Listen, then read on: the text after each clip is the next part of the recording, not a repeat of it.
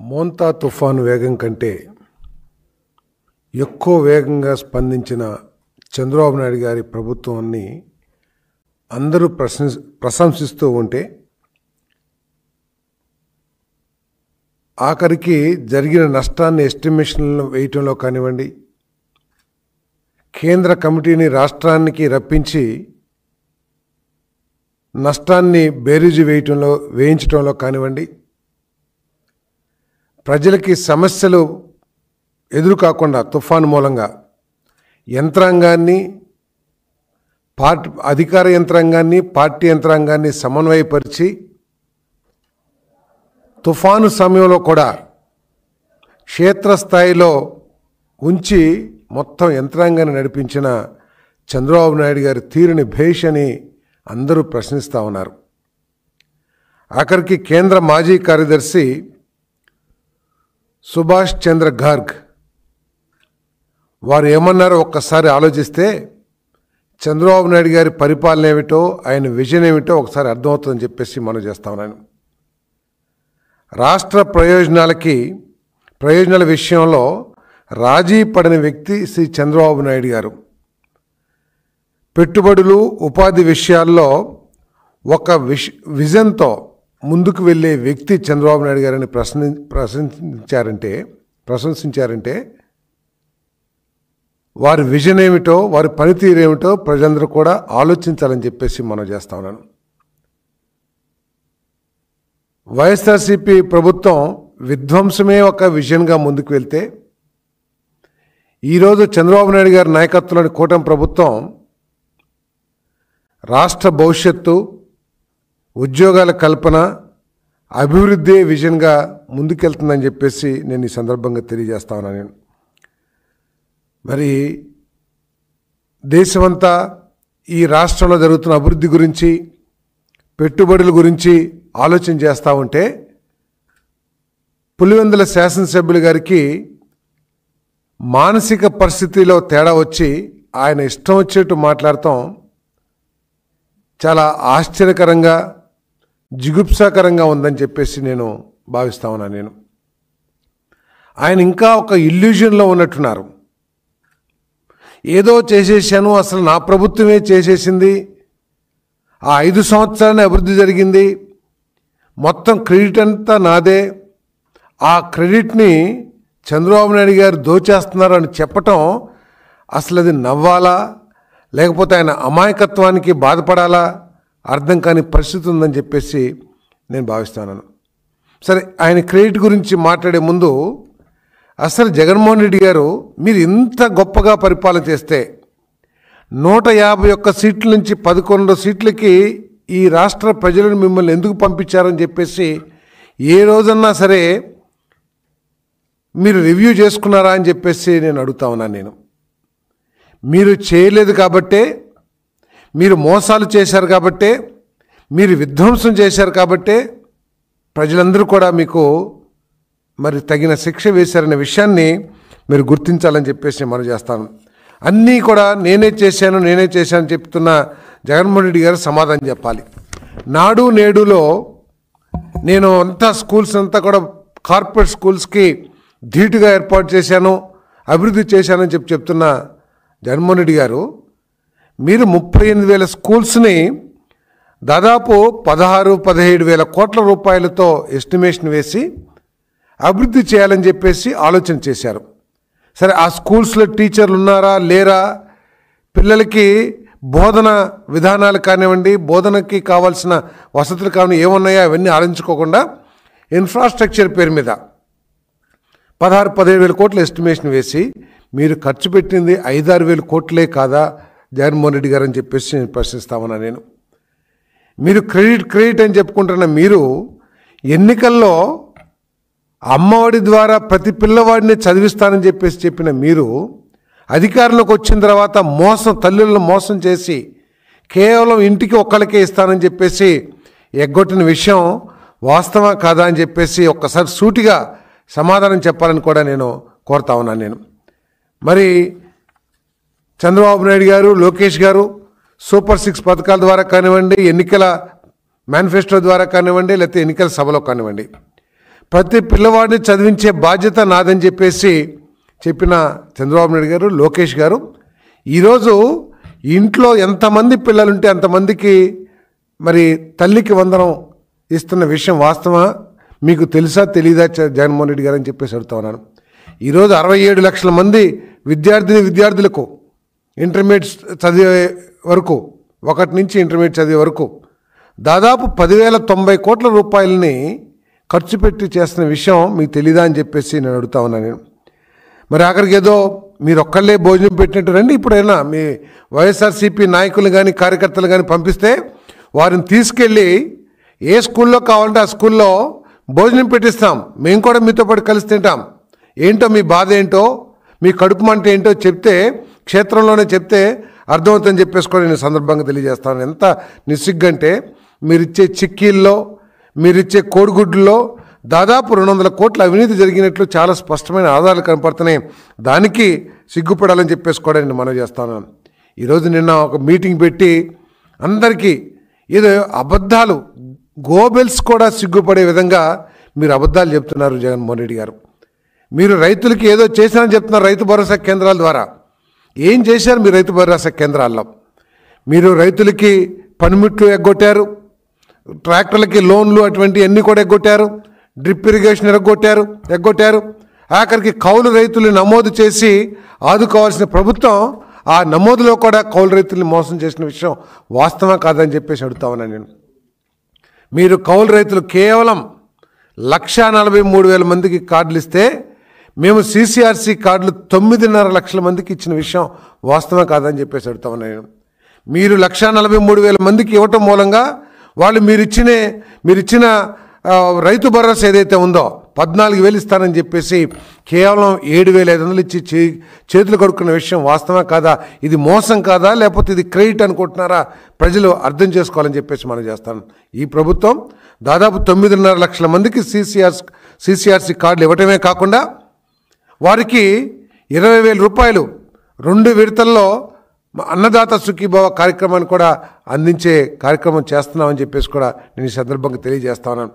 మీరు నిస్సిగ్గుగా 1,600-700 కోట్ల రూపాయలు ధాన్యం అమ్మిన రైతులకి, మీరు ప్రభుత్వానికి అమ్మిన రైతులకి మీరు మోసం చేస్తే ఆ 1,607 కోట్లు మరి ఈ ప్రభుత్వం కూటమి ప్రభుత్వం చెల్లించిన విషయం తెలుసా తెలీదా జగన్మోహన్ రెడ్డి గారు? అంటే ఎగ్గొట్టం కూడా మీరు క్రెడిట్గా తీసుకుంటే దానికి నేనేమి చెప్పలేను, కానీ మీరు ఎగ్గొట్టిన దానికి ఇది వాస్తవా కాదా ఒకసారి తెలుసుకోమని చెప్పేసి నేను అడుగుతా ఉన్నాను.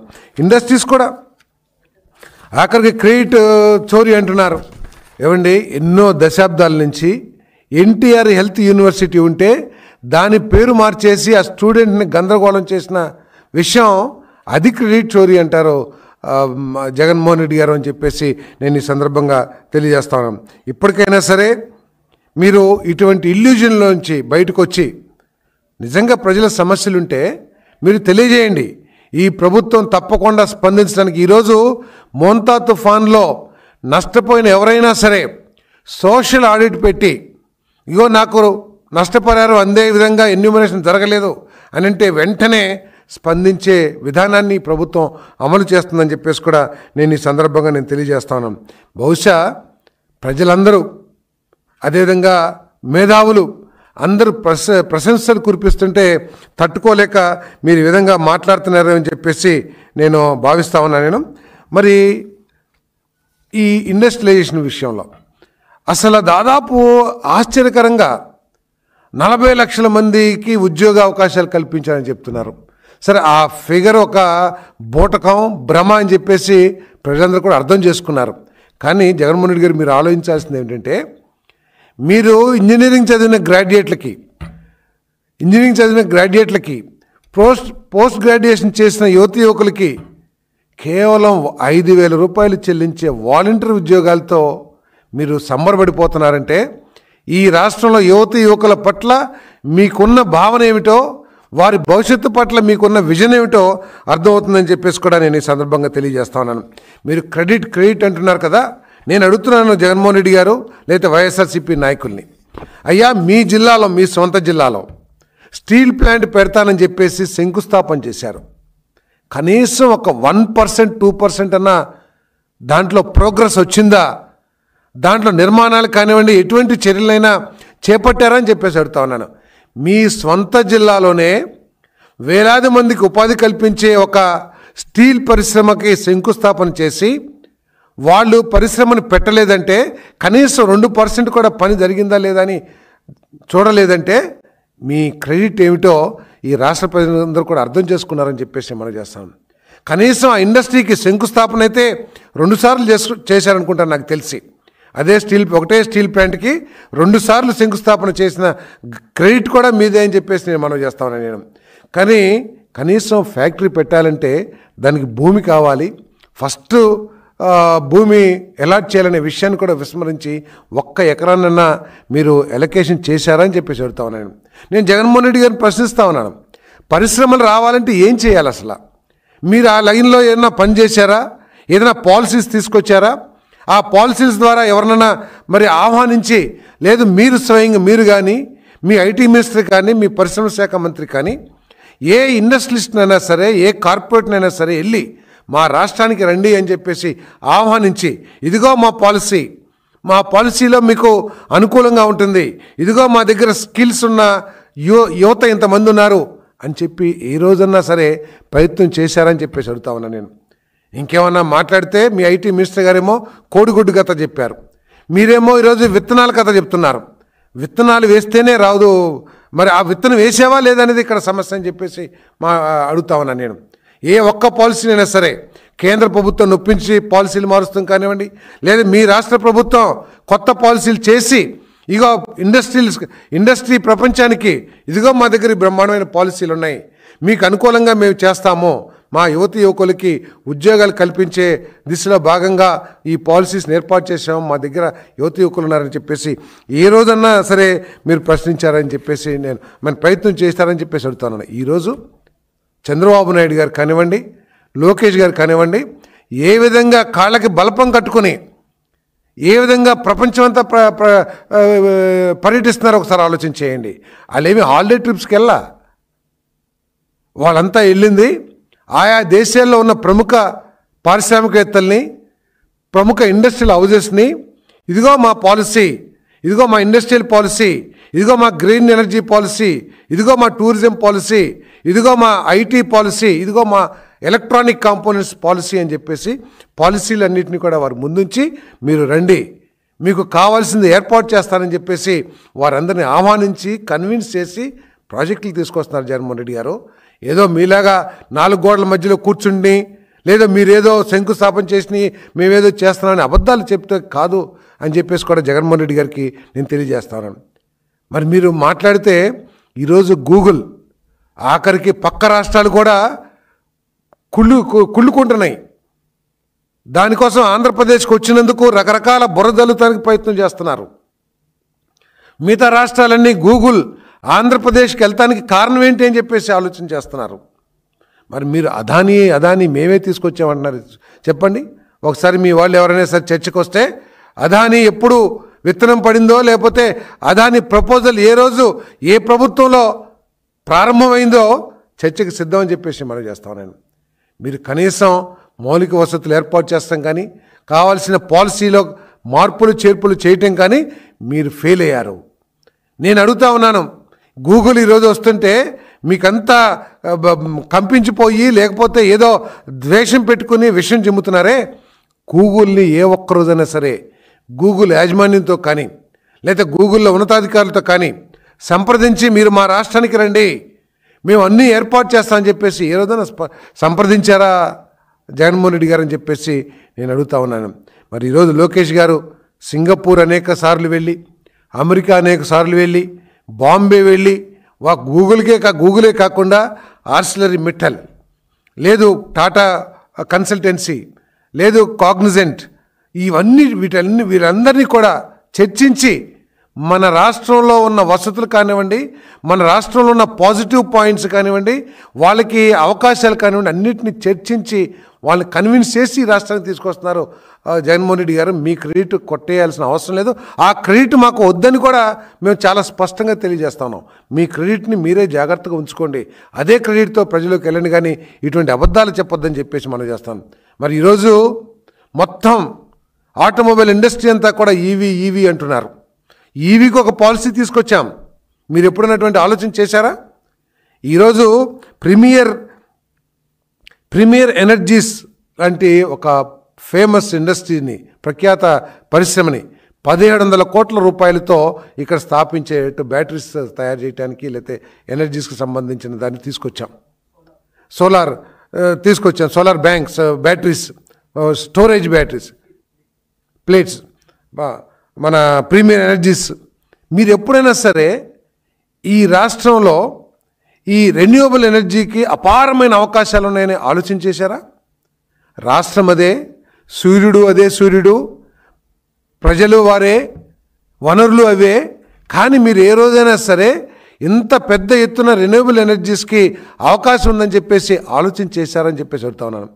ఈరోజు ప్రీమియర్ ఎనర్జీ కానివ్వండి, లేదా అనేక వేల మెగావాట్లు సంబంధించిన సోలార్ ఇండస్ట్రీ కానివ్వండి, లేదా క్లీన్ ఎనర్జీ పాలసీ కింద మన కంప్రెస్డ్ బయోగ్యాస్ యూనిట్లు కానివ్వండి, లేదు ఇథనాల్ ప్రాజెక్ట్స్ కానివ్వండి, ఇన్ని ప్రాజెక్ట్స్ ఎందుకు వస్తున్నాయి ఒకసారి మీరు ఆలోచన చేసుకోండి అని చెప్పేసి నేను ఈ సందర్భంగా తెలియజేస్తా ఉన్నాను.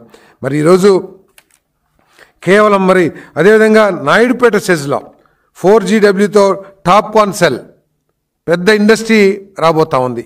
దాని ద్వారా అలైడ్ ఇండస్ట్రీస్ కానివ్వండి, స్మాల్ స్కేల్ ఇండస్ట్రీస్ కానివ్వండి, లేతే అక్కడ ఉపాధి అవకాశాలు కానివ్వండి, ఇవన్నీ ఏ రోజైనా సరే మీరు ఆలోచన చేశారా అని చెప్పేసి నేను అడుగుతా ఉన్నాను. దయచేసి ఇప్పటికైనా సరే అబద్ధాలు మానండి. విషయం చిమ్మే ఒక దుర్వ్యసనం నుంచి బయటికి రావాలని చెప్పేసి కూడా నేను కోరుతా ఉన్నాను. ఈరోజు ఈ ప్రభుత్వం 20 లక్షల ఉద్యోగాల కల్పనే లక్ష్యంగా ఈరోజు ఇప్పటికే 7,68 కోట్ల రూపాయలతో పెట్టుబడులు గ్రౌండ్ అయిపోయినాయి. 2027-28 ఆ ప్రాంతంలో ఇవన్నీ కూడా ప్రారంభం కాగానే 7,20,000 మందికి నేరుగా ఉద్యోగ అవకాశాలు వస్తాయని చెప్పేసి మనం చేస్తాను. మరి ప్రభుత్వ రంగంలో కూడా టీచర్స్ కానివ్వండి, హెల్త్ డిపార్ట్మెంట్ కానివ్వండి, పోలీస్ డిపార్ట్మెంట్ కానివ్వండి, ఇవన్నీ కూడా భర్తీ చేస్తున్న విషయాన్ని కూడా ఒకసారి ఆలోచించాలని చెప్పేసి నేను ఈ సందర్భంగా తెలియజేస్తా ఉన్నాను. ఏదండి ప్రీమియర్ ఈ ఇండస్ట్రీస్ వాళ్ళే రాలేదండి. ఈ దేశంలో ప్రతి రాష్ట్రం కూడా ఇప్పుడు ఒక కాంపిటేటివ్ వరల్డ్ అయిపోయింది. రాష్ట్రాల మధ్యలో కూడా తీవ్రమైన పోటీ నెలకొంది. ఇండస్ట్రీస్ని ఆహ్వానించి మహారాష్ట్రానికి రండి అని పోటీ పడే పరిస్థితి ఉంటే లోకేష్ గారు అనేక సార్లు ఆ యాజమాన్యంతో, ప్రీమియర్ టెక్నాలజీస్ యాజమాన్యంతో మాట్లాడటం కానివ్వండి, అదేవిధంగా వారితో నేరుగా సమస్య చర్చించి వారికి ఏంటి ఇక్కడ ప్రాబ్లం, వారికి ఏం కావాలి, వాటన్నిటి మీద చేసి కేవలం 4-5 నెలల్లో ఏపీఐసి నుంచి అక్టోబర్ 2024లో ప్రారంభిస్తే మార్చి నాకు తెలిసి ఫిబ్రవరి 2025 కల్లా వారికి ల్యాండ్ ఎలకేషన్ చేస్తాం. కానీ 2,269 ఎకరాలు ల్యాండ్ ఎలకేషన్ చేసి స్పీడ్ ఆఫ్ డూయింగ్ బిజినెస్ అంటే ఏంటో దేశానికి చూపించిన వ్యక్తి లోకేష్ గారు అని చెప్పేసి కూడా నేను మనవి చేస్తాను. అంతేకాదు టాటా కన్సల్టెన్సీ కానివ్వండి, రిలయన్స్ ఇండస్ట్రీస్ ఏదైతే కంప్రెస్డ్ బయోగ్యాస్ నెలకొల్పుతున్నారో బాంబే వెళ్ళి రిలయన్స్ యాజమాన్యాన్ని ఒప్పించి ఈ రాష్ట్రంలో దాదాపు 65,000 కోట్ల పెట్టుబడితో కంప్రెస్డ్ బయోగ్యాస్ అగ్రి బేస్డ్, అది కూడా రైతులకు కూడా మేలు జరిగేది, పొల్యూషన్ లేకోకుండా ఉండే ఇండస్ట్రీని ఈ రాష్ట్రానికి తీసుకొచ్చారని చెప్పేసి కూడా ఈ సందర్భంగా మనం చేస్తాను. ఈరోజు ఆంధ్రప్రదేశ్ ఒక డెస్టినేషన్, ఇండస్ట్రియలిస్టులకి, పెట్టుబడిదారులకి, అందరికీ కూడా ఒక డెస్టినేషన్. నేను అడుగుతా ఉన్నాను, జగన్మోహన్ రెడ్డి గారు ఇంత సాక్షి పేపర్ మనదే కదా అని చెప్పేసి పేజీలు రాపిస్తున్నారే, మీ సొంత జిల్లాలో సరే స్టీల్ ప్లాంట్ని ఎట్లాగో గాలికి వదిలేశారు, మీకు వారికి టర్మ్స్ అండ్ కండిషన్స్ కుదరలేదా, లేకపోతే వాళ్ళు పెట్టుబడి పెడతానికి భయపడ్డారా? అవి పక్కన పెడితే గండికోట ఒక మంచి టూరిజం స్పాట్, అక్కడ టూరిజం ఇండస్ట్రీని డెవలప్ చేస్తానికి కనీసం 2-3 టాయిలెట్లైనా కట్టారా అని చెప్పేసి అడుగుతా ఉన్నాను. ఈరోజు దాదాపు 80 కోట్ల రూపాయలు కేటాయించి ఒక 5 స్టార్ హోటల్తో కూడా అక్కడ ఓబెరాయ్ అనుకుంటాను, if I'm not wrong, subject to correction, Oberoi సంస్థకి అక్కడ భూమి కేటాయించి ఒక 5 స్టార్ హోటల్ కూడా తీసుకురావడానికి ప్రయత్నం చేయటమే కాకుండా 80 కోట్లు టూరిజం ప్రాజెక్టు తీసుకొచ్చామని చెప్పేసి మనం చేస్తామని నేను. సో మీరు ఇంకా దయచేసి ఆ అభూత కల్పనలో నుంచి బయటికి రండి. ప్రజల్ని మోసం చేస్తాం మానేయండి. అబద్ధాలు చెప్పడం, అబద్ధాలు చెప్పి ఏదో మేము చేసామనే కల్పన భ్రమను కల్పిస్తానికి మరి బయటికి రండి అని చెప్పేసి నేను కోరుతా ఉన్నాను. నేను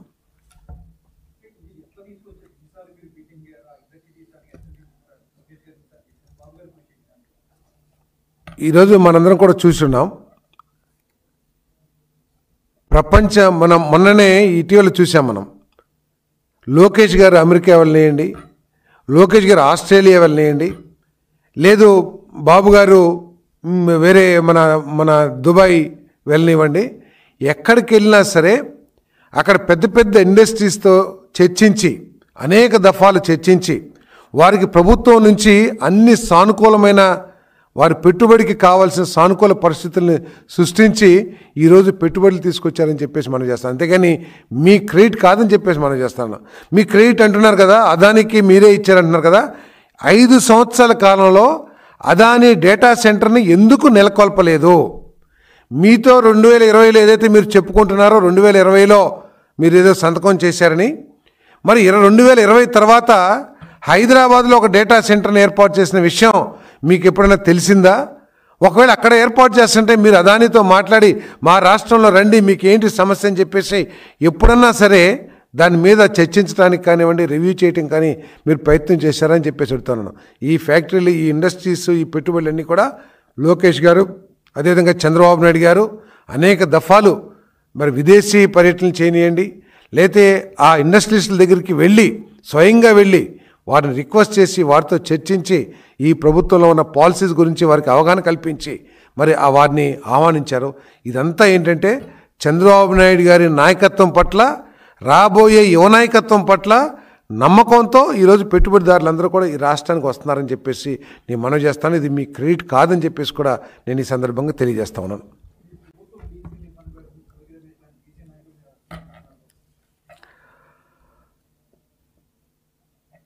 బీసీలని ఇబ్బంది పెడుతున్నారు అని జోగి రమేష్ గారి కేసు రిఫర్ చేస్తాం.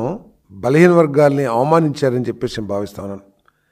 తప్పు ఎవరు చేసినా అది అగ్రవర్ణాలు కానివ్వండి, బలహీన వర్గాలు కానివ్వండి, దళితులు కానివ్వండి, సమాజానికి కీడు చేసే లేకపోతే సమాజానికి చేటు తెచ్చే ఏ పనులైనా సరే వారు అగ్రవర్ణాలైనా, బలహీన వర్గాలైనా, దళితులైనా, సొంత వారైనా, బంధువులైనా సరే వారి మీద చట్టపరమైన చర్యలు తీసుకోబడతాయి. అంతేగాని మీరు కులాల్ని రెచ్చగొట్టి తప్పుని వెనకేసుకొస్తాం అనేది కరెక్ట్ కాదని చెప్పేసి మనం చేస్తాను. నేను తప్పకుండా వారు తప్పు లేకపోతే చట్టాలు ఉన్నాయి, కోర్టులు ఉన్నాయి, తప్పకుండా వాటిలో తేల్చుకోవాల్సింది తప్పితే మీరు బలహీన వర్గాల్ని రెచ్చగొట్టి బలహీన వర్గాలకి ఏం చేశారని చెప్పేసి మీరు బలహీన వర్గాలకు పేరెత్తుతారని చెప్పేసి నేను అడుగుతా ఉన్నాను. బలహీన వర్గాల్ని పూర్తిగా ముంచేసి 139 కార్పొరేషన్లు పెట్టి కనీసం ₹1 కూర్చుంటానికి కుర్చీ కానీ టేబుల్ కానీ ఇవన్నీ మీరు బలహీన వర్గాల గురించి మాట్లాడితే అది కరెక్ట్ కాదని చెప్పేసి మనం చేస్తాను. నేను మీ విధ్వంసకరమైన విజన్ మూలంగా బలహీన వర్గాల యువకులందరూ కూడా ఉపాధి అవకాశాలు కోల్పోయారు. వారి ఉపాధి గొర్రెలు మేపుకునే వాళ్ళు కానివ్వండి, లేదు మన నాయి బ్రాహ్మణులు కానివ్వండి, వీళ్ళందరూ కూడా నష్టపోయారని చెప్పేసి మనం చేస్తాను. నేను ఈరోజు చేతి వృత్తుల వారందరికీ కూడా ఆర్థిక సాయం చేయటమే కాకుండా వారికి కావాల్సిన ఆర్థిక మన బ్యాంకుల నుంచి వ్యాపారాలు చేసుకోవడానికి కూడా అన్ని విధాలా సహకరిస్తానికి ప్రభుత్వం సిద్ధంగా ఉందని చెప్పేసి కూడా నేను మనవి చేస్తాను. బలహీన వర్గాలకు ఒక పాలసీ తీసుకొచ్చి వారి సంక్షేమానికి, వారి అభివృద్ధికి ఈ ప్రభుత్వం కట్టుబడింది. కాబట్టి ప్రతి విషయంలో కూడా రాష్ట్రానికి, సమాజానికి చేడు తెచ్చే విషయంలో కూడా బలహీన వర్గాలు, దళితులని మీరు రెచ్చగొడతాం మీ దిగజారుడుతనానికి నిదర్శనం అని చెప్పేసి కూడా ఈ సందర్భంగా తెలియజేస్తా ఉన్నాను.